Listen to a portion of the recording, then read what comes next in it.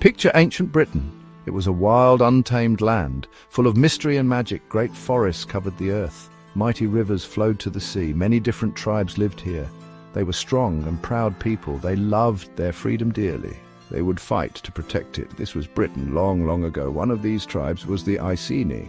They lived in the east of Britain, in an area we now call Norfolk. They were skilled farmers and brave warriors. They had their own kings and queens. Their queen was a woman named Boudica. She was tall and striking, with long, flowing red hair. She was married to King Prasutagus, the ruler of the Iceni. At this time, Britain was not alone. The mighty Roman Empire was growing, casting a shadow over Britain. King Prasutagus of the Iceni was worried. He saw the power of Rome. He knew his tribe could not fight them alone.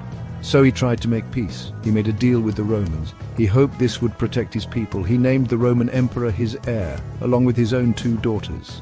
But when Prasutagus died, things changed. The Romans did not honor his wishes.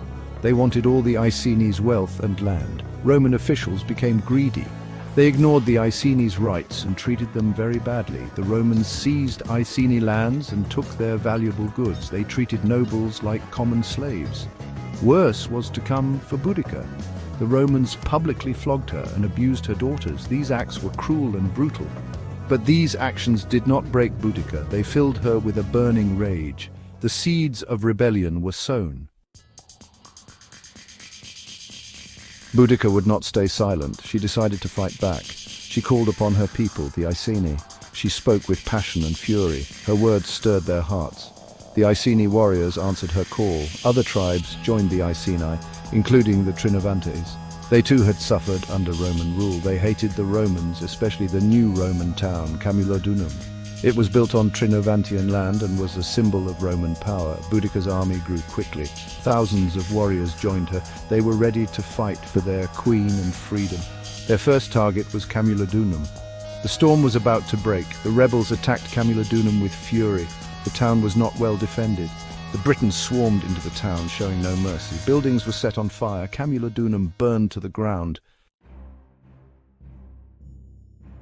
News of Camulodunum's fall spread like wildfire. Panic gripped the Romans in Britain. This was no small uprising. This was a full-scale rebellion. The Roman governor Suetonius Paulinus was far away. He was campaigning in North Wales, fighting Druids on Anglesey. He had to rush back south. He knew the situation was desperate. He had to stop Boudica. Boudica's army marched on. Their next target was Londinium, what we now call London. Londinium was a new busy town, a centre for Roman trade.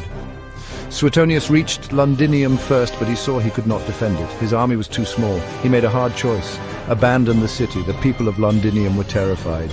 They tried to flee with the Romans, but many were left behind. Boudica's warriors arrived soon after.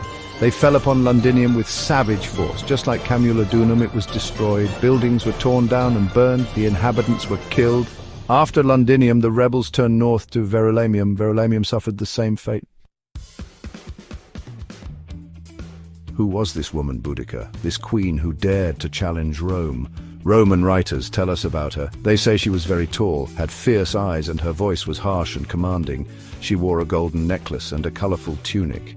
Over it, a thick cloak. She carried a spear to show her authority.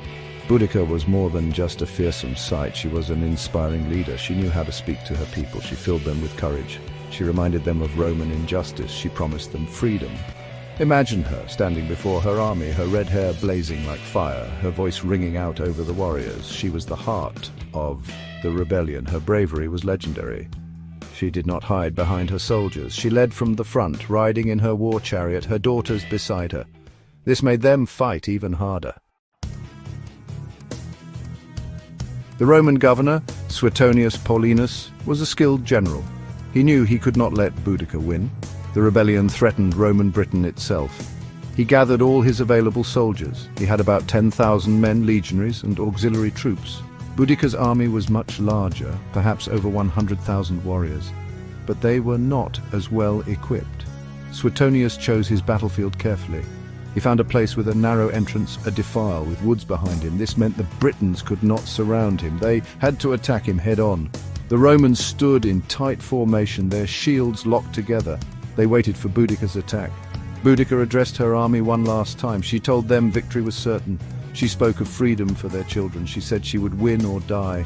Then the Britons charged.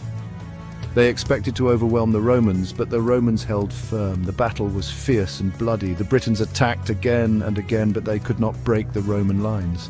Slowly, the Roman discipline triumphed. The rebel army began to fall apart. The Britons were defeated. Many thousands were killed in the battle and in the desperate retreat that followed. Roman sources say 80,000 Britons died, while only 400 Romans fell. This might be an exaggeration, but it was a crushing defeat. The rebellion was over. Boudicca's dream of a free Britain died that day. It was a tragic end to a brave fight. What happened to Boudicca herself? The historical accounts differ. Some say she poisoned herself to avoid being captured by the Romans. Others say she fell ill and died. We do not know for sure. Her final resting place is also unknown, but her spirit was not so easily extinguished. The revolt had a big impact on Rome. Emperor Nero had even considered abandoning Britain. Boudicca had shown how fragile Roman control could be.